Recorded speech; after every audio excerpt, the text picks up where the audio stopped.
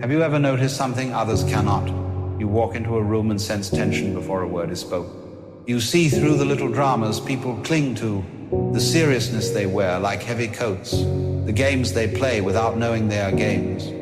And in that moment, you carry a secret, because you see what others don't. Now, this might feel like a gift, even though it is, but it is also dangerous. For the one who sees through the play becomes an outsider to the players, and that can be a lonely position indeed. The world, you see, is held together by agreements. We agree that money has meaning, that clocks measure something real, that nations exist, that careers and titles matter. But these agreements are not truths. They are conveniences, collective fictions, and what happens when someone pierces the veil, when they see that money is just paper, that time is only in the mind, that success is a costume, suddenly you are no longer hypnotized by the same spell. And this is threatening, not because you are wrong, but because you disturb the game. You laugh while everyone else is still pretending. Imagine children playing a board game. They are deeply invested, arguing over rules, accusing each other of cheating, fighting fiercely to win. Now imagine you, as an adult, watching. You know, it's only cardboard, only plastic. You smile at their seriousness. That is how life looks once you see. You realize that so much of what people fight about is no more real than pieces on a board. But if you tell them this, they won't thank you. They'll say you're spoiling the game. And in a sense, you are. This is the danger of seeing what others don't. Those who see differently are often misunderstood. They are accused of being irresponsible, lazy, even mad. History is full of such people. Mystics who saw the unity of all things. Philosophers who questioned society's gods. Artists who painted what no one else could see. They were often ridiculed or silenced. Not because they lacked truth, but because truth is uncomfortable. People prefer their illusions. They cling to them. And when you tear away the mask, they don't thank you, they attack you. So the one who sees must learn caution. Vision is not always welcomed by the blind, but let us be clear. Seeing more deeply is not a curse, it is a liberation. For you no longer take life so seriously. You stop being dragged into petty dramas. You stop chasing shadows. You see that all of it, the striving, the competing, the worrying, is like ripples on the surface of a vast ocean. It comes and goes. And underneath, there is something still, something eternal. The danger is not in the seeing itself, but in how you carry it. If you become bitter, mocking, superior, you will only isolate yourself further. But if you carry it lightly, it becomes wisdom. To see is to play the game knowingly. You don't stop playing. You still eat, work, love, create. But you do it with a twinkle in your eye. You don't clutch at results. You don't treat winning as survival. You know it's theater, and so you can enjoy it more deeply than those who think it real. The wisest are not those who escape the game, but those who can dance in it without being trapped. The real master is not the one who leaves the stage, but the one who can act every role with grace, knowing it's a play. Still, there is a cost. To see what others don't means you carry a kind of solitude. You cannot always explain yourself. If you tell people too much, they will think you strange. If you stay silent, you feel alone. This is why, throughout history, those who awakened sought each other out. The poets found poets. The seekers found seekers. The awake found the awake. And when two who see recognize one another, there is an instant bond, a silent smile, a knowing, because finally you are not alone in the dream. Someone else remembers that it is a dream. But if you cannot find them, what then? Then your task is to carry the vision alone. To live in the world, but not of it. To go to work, yes, but not believe your worth depends on your job. To love, yes, but not confuse love with possession. To succeed, yes, but not identify with the trophy. You may still play every part, but lightly, as one wears a costume. For the danger is not that you see, but that you might become hardened, resentful, superior. The true sage remains playful, gentle, compassionate, even while seeing what others cannot. Now here is the paradox.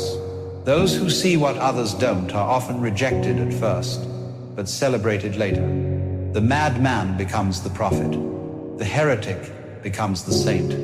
The ridiculed artist becomes the genius of a new era. Society resists what it isn't ready to see, but later it calls those same visions wisdom. This means your danger today may be your gift tomorrow, but you must survive the in-between, and that requires humility. You are not better than those who do not see. You are simply carrying a torch that burns too brightly for some eyes. So how does one live with such vision? First, patience. Others awaken in their own time. Second, humility. You do not need to be a preacher. You do not need to be right. Third, playfulness. If life is a dream, laugh at it. Dance with it. To see does not mean to withdraw from the world. It means to enjoy it more deeply, because you no longer confuse the play with reality. The danger of seeing what others don't is real, but so is the joy. For when you see clearly, you are free. And freedom is always worth the cost. Consider for a moment what happens when you suddenly awaken in a dream. You look around, and while everyone else takes the dream seriously, you know it is only a dream. You try to tell them, but they laugh at you. They say you are mad, or that you are spoiling the fun. Yet the truth is that your awareness changes nothing in the dream, it only changes you. The dream goes on, but now you see it differently. That is both the gift and the burden of perception. You cannot unknow what you have seen, and here lies the real danger. Not that the world rejects you, but that you might reject the world. For once you see through it, you may be tempted to withdraw entirely, to stand apart and declare yourself superior. This is the trap of the seer, to become the cynic, the preacher, the one who insists everyone else is blind. But that is merely another illusion. To see is not to rise above, but to sink deeper into the mystery. To know the play is a play does not mean you refuse to act. It means you act more freely. Think of the dancer who knows she will die tomorrow. Would she not dance more wildly, more beautifully? Precisely because she knows it cannot last. That is how the awakened one lives. You eat more fully. You love more deeply. You breathe more consciously because you no longer take it for granted. Seeing through the illusions does not make life smaller. It makes it infinitely richer. But others, still asleep, will not understand. They will ask why you laugh when they cry, why you are calm when they panic, and you cannot always explain. You can only live. There is a Taoist saying, those who know do not speak, and those who speak do not know. Why? Because truth is not something that can be forced into words. It is lived. Those who see what others don't often fall into the temptation of explaining, trying to awaken others by argument, by logic, by preaching. But the more you try, the more they resist. Awakening cannot be handed like a gift. It must rise from within, like a seed breaking its shell. So the wise one stops arguing and begins living. Their life becomes the teaching. You see, the universe itself is playful. It hides from itself, disguises itself, forgets itself, so that it may rediscover itself in endless forms. You and I are part of that play. And when you awaken, you realize you were never meant to control it. You were meant to dance with it. But imagine trying to explain a dance to someone who insists on sitting still, measuring steps, judging movements. They will never understand until they stand and move themselves. In the same way, those who do not see will never understand by words alone. They must see for themselves. The danger, then, is not in perception, but in isolation. When you see what others don't, you feel like an island in the sea of unconsciousness. You cannot always share what you know. But remember, the ocean surrounds you still.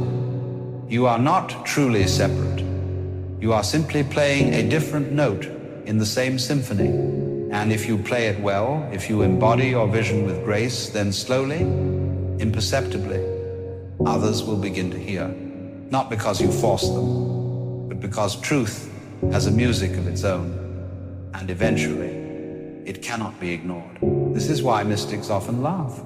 They laugh not because life is trivial, but because it is sacred beyond seriousness. The one who sees realizes that the struggle, the striving, the endless pursuit, it is all like chasing your own shadow. You can never catch it.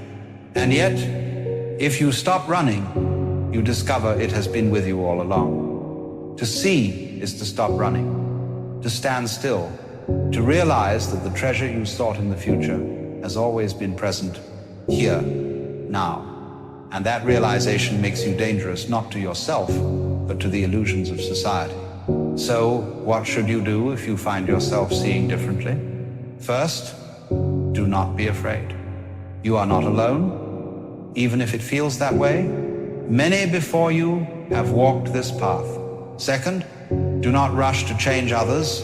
Let them dream, let them play. They will awaken when they are ready. Third, hold your vision lightly. Do not grip it as a weapon. Do not turn it into an ideology. For the moment you do, you are asleep again, caught in the illusion of being right. True seeing is flexible, playful, compassionate.